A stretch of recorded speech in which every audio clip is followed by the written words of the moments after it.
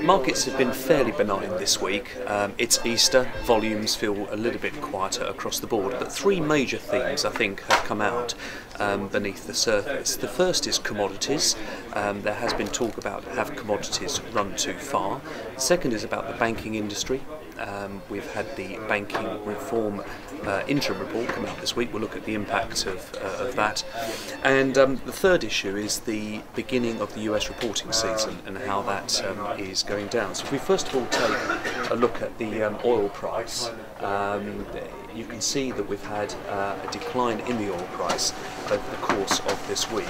I also want to pull up in this chart covers sort of all commodities, and again you can see that whilst the slip back is still rather modest, it coincides with a report from Goldman Sachs that is saying that in the near term they're negative on commodities, and as a result of that we have seen some profit taking in some of the mining stocks. Now, taking up the running has been really the banking sector, which over the last couple of weeks has started to perform much better. It has been an underperformer for much of this year, but it was generally considered that the interim report from the banking committee, looking at the structure of banks going forward, the quote was that the banks got away with it to some extent, and that it certainly wasn't as near as bad as could have been expected.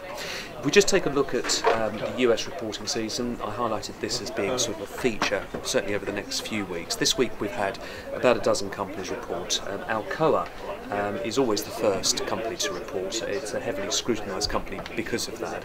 The results were pretty much in line with expectations, but look at that share price reaction, a 6% drop that we saw in Alcoa on that. Good numbers from JP Morgan, but again share price dropped back, and also we had numbers just overnight from Google. Those numbers did slightly miss expectations on the bottom line, and the share price has dropped back a little bit on the back of that. So I think just as a general theme for this week, that the US reporting season, whilst the numbers themselves have been a mixed bag, generally the share price reaction has been negative and just weighing on sentiment. Just pulling out one feature that I think is going to be a growing story again in the next few weeks is the issue of Europe. This is the Greek bond chart, and if we take a look at the yield, despite all of the assurances that have taken place with regards to the Europe bailout, these bond yields in Greece are pushing to all-time highs. Similar feature in Ireland, and we're just starting to see the first signs of Spanish bond yields pushing out a little bit. And of course, if that does get any worse, do expect a negative reaction on equities generally. So it's a theme at this moment, early stage. In terms of the UK, the data that we've seen out of the UK this week has been mixed. The first point I would make is that the employment numbers were pretty good. It's showing the first signs of a turnaround there.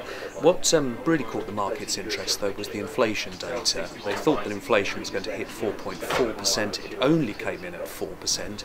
And that resulted in sort of talk that interest rates, any thoughts that they were going up in May here in the UK, has now been pushed well back into the autumn period as a result.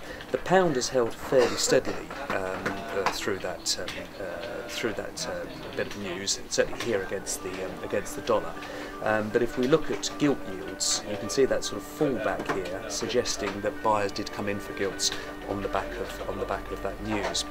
I just want to turn to a couple of stocks of interest.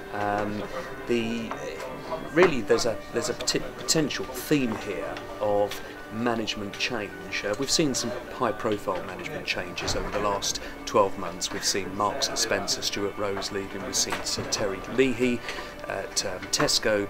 He's leaving, and both were well flagged and succession plans in place. But if you don't get that right, the market can punish you quite badly. And we see here Reckitt Benckiser, Bart Beck, to announce his resignation, and a massive fall in the share price of about £2 billion.